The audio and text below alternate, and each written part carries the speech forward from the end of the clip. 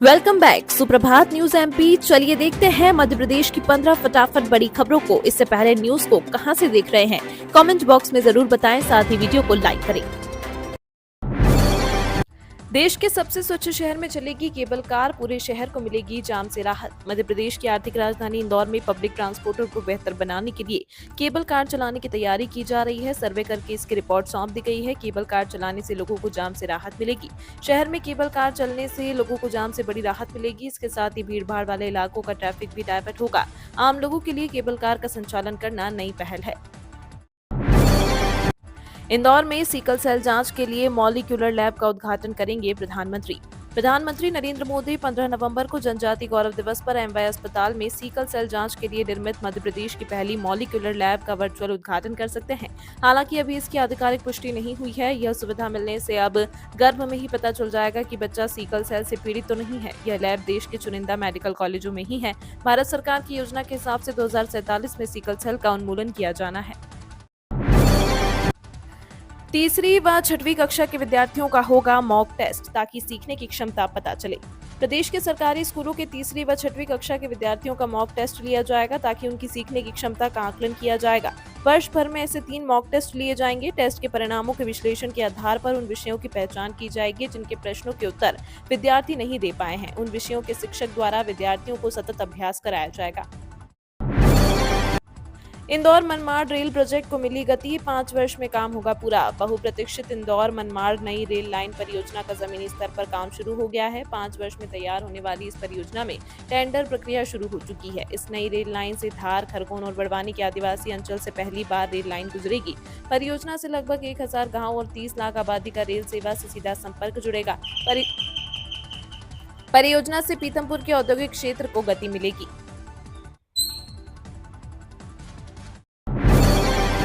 48 लाख बुजुर्गों को मिलेगा आयुष्मान योजना का लाभ। मध्य प्रदेश में आयुष्मान भारत प्रधानमंत्री जन आरोग्य योजना का लाभ 48 लाख बुजुर्गों को मिलेगा। 70 साल से अधिक उम्र वाले इन बुजुर्गों की सबसे ज्यादा संख्या इंदौर में और सबसे कम निवाड़ी जिले में है। नवगठित मैहर, मऊगंज और पांडुना में 70 साल से ज्यादा उम्र के बुजुर्गों की संख्या निवाड़ी से ज्यादा है। लोक स्वास्थ्य एवं चिकित्सा शिक्षा विभाग ने 1 हफ्ते में इस योजना के अंतर्गत नए बुजुर्गों के नाम जोड़ने के निर्देश कलेक्टरों को दिए हैं। यूपी चुनाव से पहले युवाओं को जोड़ेगा आरएसएस, मोहन भागवत का सामाजिक समरसता पर फोकस। ग्वालियर में राष्ट्रीय स्वयंसेवक संघ के संगठन प्रचारकों का प्रशिक्षण वर्ग चल रहा है।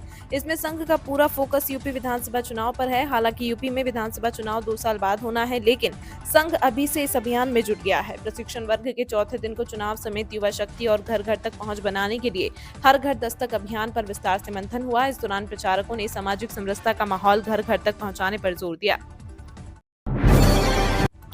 मध्य प्रदेश में उपचुनाव से पहले एक्टिव हुए कमलनाथ। मध्य प्रदेश में 2 विधानसभा सीटों पर उपचुनाव होने वाले हैं। उससे पहले प्रदेश में सियासी सरगर्मियां तेज हो गई हैं।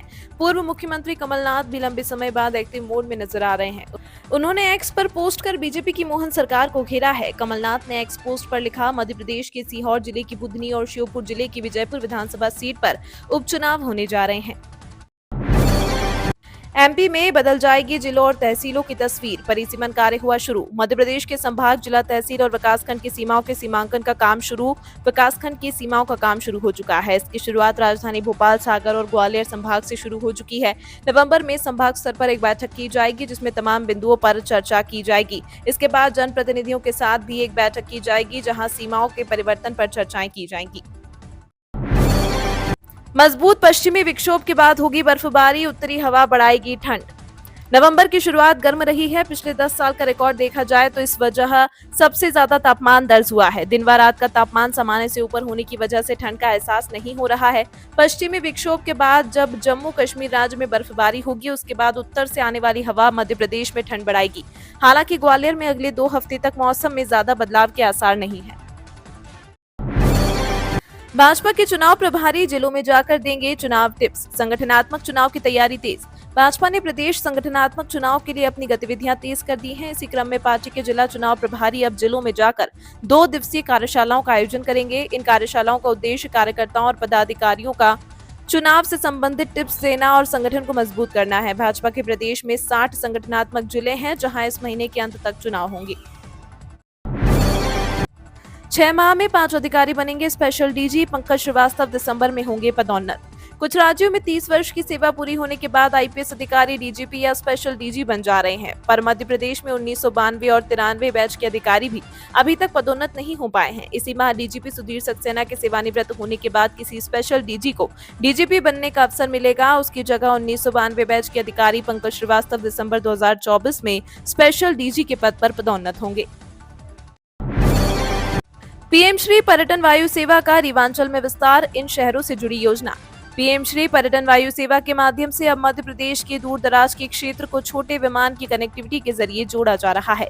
मध्य प्रदेश सरकार ने भोपाल से 4 स्थानों पर पर्यटन सेवा शुरू की। इसके विस्तारीकरण में सबसे बड़ी बात यह है कि रियायती दरों पर वायु सेवा उपलब्ध कराई जा रही है। मध्य प्रदेश के पर्यटन एवं संस्कृति विभाग के प्रमुख सचिव शिवशेखर शुक्ला ने बताया कि मध्य प्रदेश देश का एकमात्र ऐसा राज्य है जहां पर पर्यटकों को आकर्षित करने के लिए छोटे विमान के जरिए राजधानी से उनकी कनेक्टिविटी जोड़ दी गई है।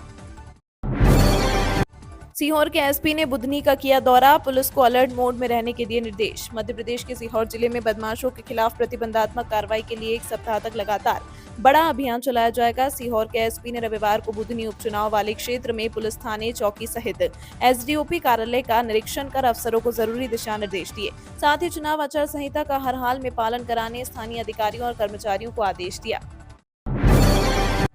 रेलवे का नया टाइम टेबल 1 जनवरी से होगा लागू। मध्य प्रदेश रेलवे की ओर से नए साल यानी 1 जनवरी से ट्रेनों का नया टाइम टेबल लागू किया जाएगा। अब करीब 2 माह का समय बचा है। इसको लेकर रेलवे बोर्ड की ओर से तैयारी शुरू कर दी गई है। इसके तहत सभी जोन से ट्रेनों की स्पीड व स्टॉपेज टाइमिंग को लेकर सुझाव मांगे गए। पश्चिम मध्य रेलवे जोन की ओर से इसको लेकर प्रस्ताव तैयार किया जा रहा है। सागर में होगा अग्निवीर भर्ती का physical test, Indira Gandhi engineering college का मैदान। भारतीय सेना में अग्निवीर भर्ती के लिए शारीरिक परीक्षा अब सागर में होगी। इसके लिए सागर जिला प्रशासन द्वारा भारतीय सेना के अधिकारियों को मौखिक सहमति दे दी गई है। सोमवार तक लिखित अनुमति भी ग्वालियर स्थित सेना भर्ती कार्यालय को मिलने की संभावना है। इसके बाद शारीरिक परीक्षा की तैयारी शुरू कर दी जाएगी।